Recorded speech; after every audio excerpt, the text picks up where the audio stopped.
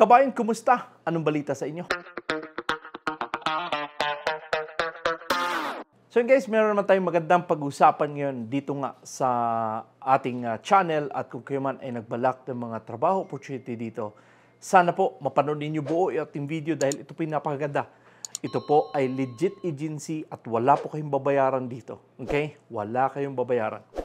So ganun pa mga guys, sabi ko sa inyo, sa mga job seekers na naghanap doon sa Job Bank at Indeed, at kahit dito nga sa mga legit na mga agency, kung kayo man ay nag-apply dito, ayusin ang inyong mga qualification kung kayo ay maghanap ng trabaho. Dahil ang qualification ay isang malaking bagay kung kayo nga ay magkaroon ng mga magagandang resume para at least itong mga employer or itong mga agency ay talagang makukuha kayo bilang isang kung ano man ang in-apply nyo dito sa Canada. So ito po ay, ako po ay meron Facebook na Natives Blog. Ito po ay nasa 200 plus thousand ang followers ko. Sana po ay mapuntahan ninyo dahil ako po ay nagpo-post doon ng mga videos. Sana po ay makapagbigay man lang ng mga idea kung paano mag-apply, saan mag-apply. But subalit ang aking mga in-advise sa inyo na sana ayusin inyong mga qualification kung kayo man ay nagbalak ng trabaho dito dahil para mapansin ang inyong mga resume, no? Dahil napakarami pa rin nagko-comment doon sa aking Facebook at sinasabi nga, Noy, ang hirap. Dahil marami na po akong nasindan ng mga application, subalit hindi nga sila natatanggap. Okay? Itong aking mga in-advise sa inyo, sana po ay mapag-aralan nyo yung aking mga video dahil ito po yung napakaganda, no? Kung kayo nga ay nakikinig sa mga sinasabi ko, lalo na pagdating sa mga qualification, pagdating sa mga resume, ayusin ang mga qualification resume nyo dahil yan ang pinakamalaking bagay na kung kayo man ay nag-apply ng mga trabaho dito dahil sinong papansin sa iyo kung hindi maganda ang inyong resume. Di ba? So kaya nga sabi sa inyo, tuloy-tuloy nyo lang yung inyong mga paghanap ng mga trabaho opportunity.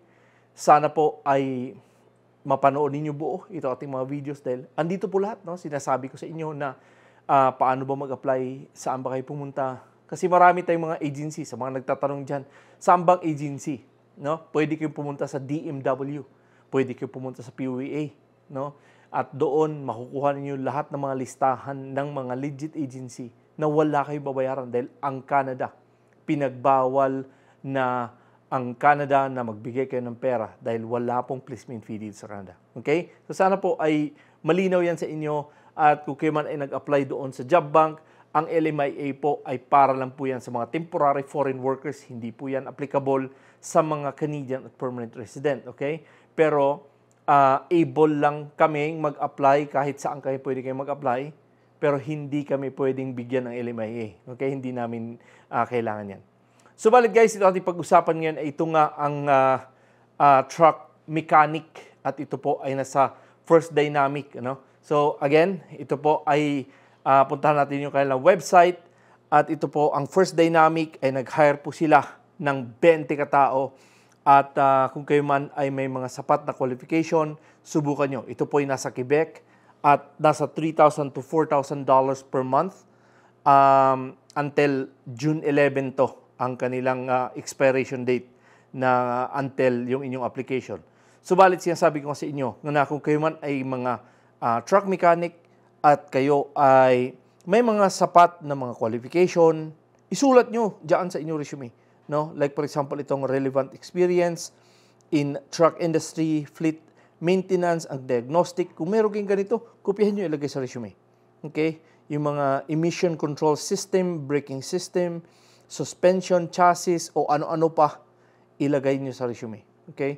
Must have an experience in Cummins engine or Packard engine. So, kung meron kayong mga klaseng, kung kayo man ay nagwi-welding, subukan nyo rin, ilagay nyo din dyan. Kasi minsan, itong ang mga truck mechanic, medyo may mga konting welding yan. Importante na meron kayong mga idea. Okay? So, must have a welding skills and experience. Oh? So, importante na ilagay nyo yung inyong mga welding, kung ano bang klaseng welding meron kayong alam, mga stainless, mga ano-ano pang mga klaseng welding ang ginagamit nyo. Subukan nyo ilagay. Okay? So again, ito po ay may mga qualification na 5 years work experience. Kung kayo man ay may mga 5 years work experience, subukan nyo. Pero kung kayo ay mga 3 years work experience lang, huwag kayo mag-apply dito dahil hindi pa kayo makakwalify. Pero kung meron kayo mga 5, 6, 7, 10 years, pwede kayo dito mag-apply. Okay? Candidate must be a vocational diploma, mga short course certificate holder, mga engineers, mga mechanical engineers, and mga land transport and others, no? So, importante na mayroon kayo lahat nito. Experience sa DAF truck of Kenworth truck, no? I think ito ay mga Kenworth ang kanilang client nito, no? Principal nga ay sa Kenworth. So, again, ito po ay no placement fee. So, subukan niyo lang, puntahan niyo to sa First Dynamic dahil sila po ay nag-hire. And pwede ninyong ma-check sa DMW dahil andun din, no? Napopost din to din sa DMW. So, balit sabi ko sa inyo guys, talagang tuloy-tuloy nyo yung inyong mga paghanap ng mga trabaho, opportunity, na sana po ay makakwalify kayo, no? Ang importante kasi dito ay yung inyong pag-apply ay ayon sa inyong work experience, okay? Sinasabi ko po yan lagi na ayon sa inyong work experience, hindi po ayon sa gusto ninyo na gusto ko mag-Canada, gusto ko magtrabaho, ito ang gusto ko. Hindi pwede masusunod yan. Dahil ang importante dito na meron kayo sapat na work experience, kung hindi maganda ang resume nyo, promise ko sa inyo yan, kahit pa 1,000 pa ang application nyo, hindi kayo makakwalify dahil hindi maganda ang resume nyo. Ayusin nyo ang inyong mga resume. Yan ang sasabi ko doon sa aking Facebook dahil nga talagang gusto ko kayong makarating dito sa Canada kasama pamilya nyo na talagang paano ba makakwalify, no? Ayusin talagang qualification. Dahil kung hindi magandang qualification nyo, talagang napakahirap. Subalit doon naman sa trabaho sa Saskatchewan Jobs, yun po ay napakagandang opportunity. Subalit yung Saskatchewan Jobs, tingnan natin yung kanilang update by next year dahil sila po ay merong mas hiring ulit sa next year. Tingnan lang natin kung kailan ang kanilang experience dahil maganda kung meron silang experience ulit dahil noong December 11 and 14 sila po ay nasa Pilipinas, nag-interview po sila at napakaraming na siguro mga 1,000 mahigit yung kanilang na-hire. So again, tuloy-tuloy nyo lang yung inyong pagsaliksik ng mga trabaho, mag-research kayo. Magpunta kayo sa mga, i-google nyo. Kung kayo man ay nag-apply ng ganito, ito ba legit? I-google nyo. Basahin nyo yung kanila. Magbasa kayo, sabi sa inyo. Magbasa, mag-research. Importante kung kayo man ay nagnais, nagbalak pumunta sa Canada. Dahil wag lang kayo masyadong mag-rely sa mga vlogger, kundi kayo din ay mag-research din kayo ng inyo na ano bang meron, saan bang maganda, ano bang meron sa Alberta, bakit mura dyan? Ano bang meron sa Ontario, bakit? Ano bang meron sa British Columbia, ba't napakamahal sila doon? Okay? So, but again, mga ganyang klaseng, mag-google naman lahat eh. Hindi naman kagaya nung kapanahunan pa na talagang hindi mahirap makakuha ng mga resources. Subalit ngayon talagang napakadali na. No? May Google na, may YouTube na. So, tuloy-tuloy nyo lang. So, again, sabi ko sa inyo na sana po ay makapag-apply kayo sa mga trabaho dito, and kung kayo man ay hindi man to para sa inyo, no, pwede niyo i-share to ating mga videos, plus marami po tayong mga hiring doon sa job bank, sa Indeed. Subukan niyo lang mag-apply, no? And again, maraming paraan ang pag-apply sa Canada. Pwede kayo mag-international student, express entry, ito nga na ating trabaho sa direct hiring, itong mga agency sa Pilipinas. Subukan nyo, napakaraming paraan. Kaya nga sinasabi sa inyo na imposibleng hindi kayo makarating dito kung ayusin nyo lang ang mga requirements, ayusin nyo lang yung inyong mga resume, ay nako, makarating kayo dito. Subalit sabi sa inyo, itong ating mga kabayan na nasa ibang bansa, like yung mga taga Middle East, mga taga Japan, taga Taiwan, ngayon pa lang mag-apply na kayo.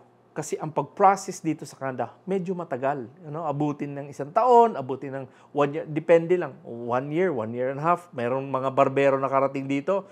Sila ay, I think, mga less than a year lang. 10 months lang, nakarating na sila dito sa Calgary. Okay? So, tayo, iba-iba naman ang proseso kasi. Huwag natin ikumpara yung apple to apple. But, importante na kung kayo man ay nagbalak ng mga trabaho opportunity, sana po na makahanap kayo ng trabaho na para sa inyo, ayusin lang ang inyong mga qualification, sa pamamagitan ng inyong resume. Okay?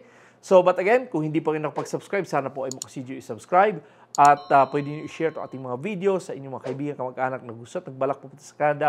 At sana po ay puntahan din ninyo yung aking Noitebs vlog na Facebook dahil ako po ay nagpo-post doon na napakarami kong pinopost doon. I think 4-5 video everyday yan. Nagpo-post ako doon. Subalit guys, sana po ay magkita-kits tayo next time. And Merry Christmas ulit sa inyo and Happy New Year. Mag-ingat po kayo lagi. At sabi ko nga sa inyo na tuloy nyo lang yung inyong mga pangarap kung kayo man ay gusto pumunta ng Canada. Subalit guys, maraming salamat ulit sa inyong panood at pagsubaybay sa aking channel. Ako po si Noitebs. God bless and have a wonderful day.